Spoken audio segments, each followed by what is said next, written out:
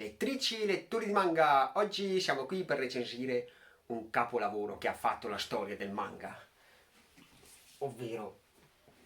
Lady Oscar, le rose di Verchuiles, nel suo cofanetto, bellissima edizione tra l'altro di casa J-Pop, nulla da ridire.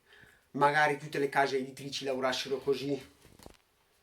Per comodità tengo in mano solo il primo numero, perché altrimenti mi risulta pesante. Poi faccio fatica,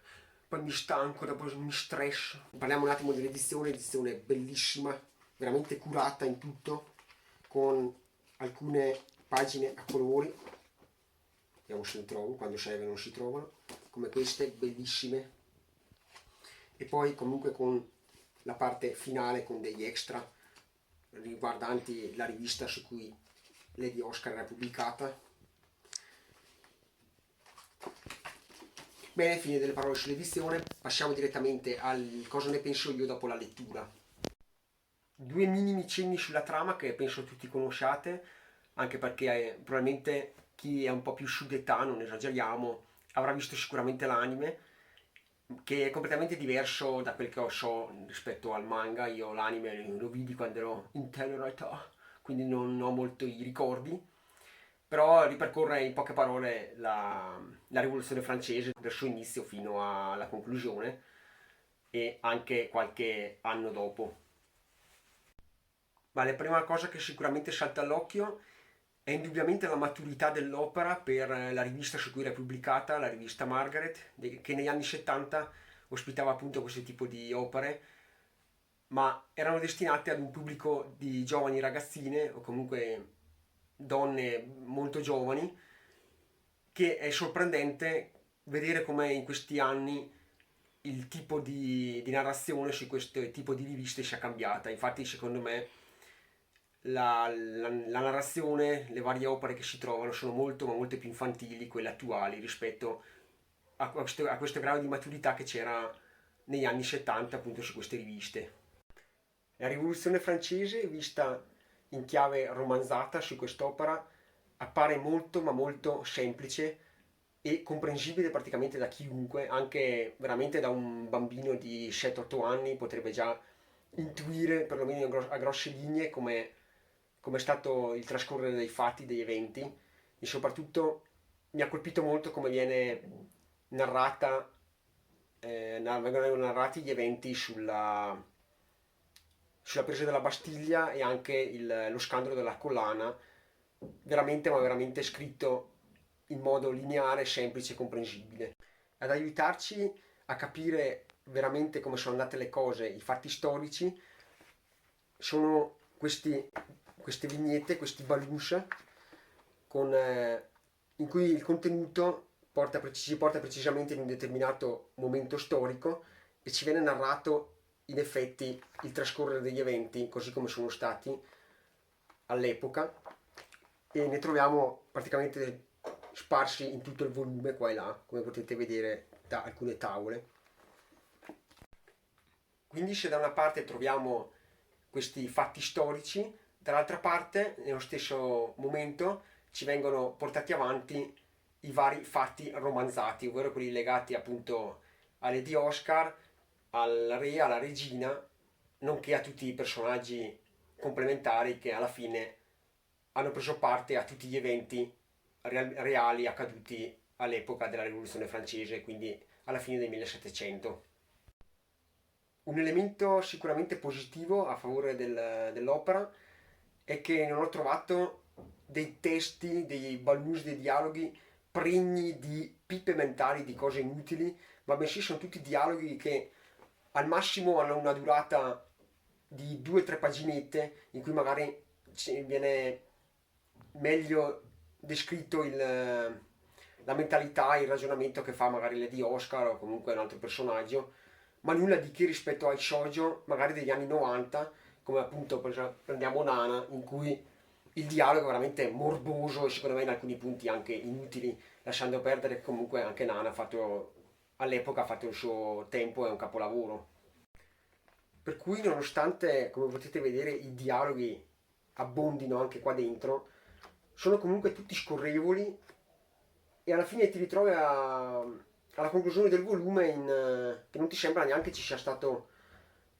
tutto questo parlare, tutto questo dialogo, questo romanzare all'interno della storia, perché sono tutti dialoghi che sono costruttivi e funzionali, mai inutili e banali. E questo è un gran punto di forza per questo tipo di storie. Per non parlare poi dello stile di disegno che a me fa impazzire, veramente qualcosa di godurioso per gli occhi. Cioè, qui stiamo parlando, ragazzi miei, di un'opera degli anni 70, veramente disegnata coi controcoglioni. Anche rispetto a molte opere di adesso gli fa il baffo non so quante volte. Perché sono disegni molto graziati, in stile molto sul barocco e decisamente interessanti e ben curati in tutto. In alcuni punti forse i disegni sono un po' troppo caricaturati,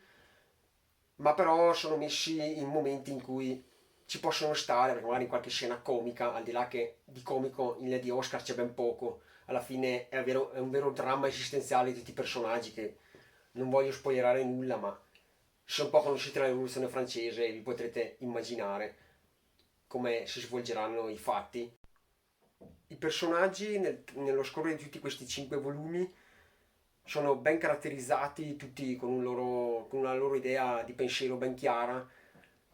e ben delineata, che viene portata avanti in modo coerente dall'inizio alla fine. E comunque vedremo anche dei piccoli cambiamenti in ognuno di loro, o anche grandi cambiamenti, che li porteranno a crescere e comunque ad evolversi nel corso dell'opera. In conclusione, è un'opera che io consiglio praticamente a tutti, da un'età di 12-15 anni fino all'età adulta. È godibilissima tranquillamente, anche perché molte chicche storiche al suo interno non le conoscevo neanche io, anche perché comunque le cose che vengono insegnate a scuola alla fine sui banchi ce le dimentichiamo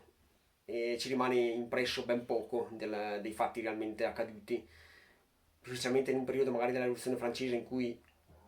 gli avvenimenti erano proprio pregni giorno per giorno ed era difficile per noi studenti ricordare magari date eccetera, ma veramente Lady Oscar potrebbe essere portato come testo di studio per la sua semplicità all'interno delle scuole. Non vi aspettate comunque una lettura leggera, perché la sua pesantezza ce l'ha,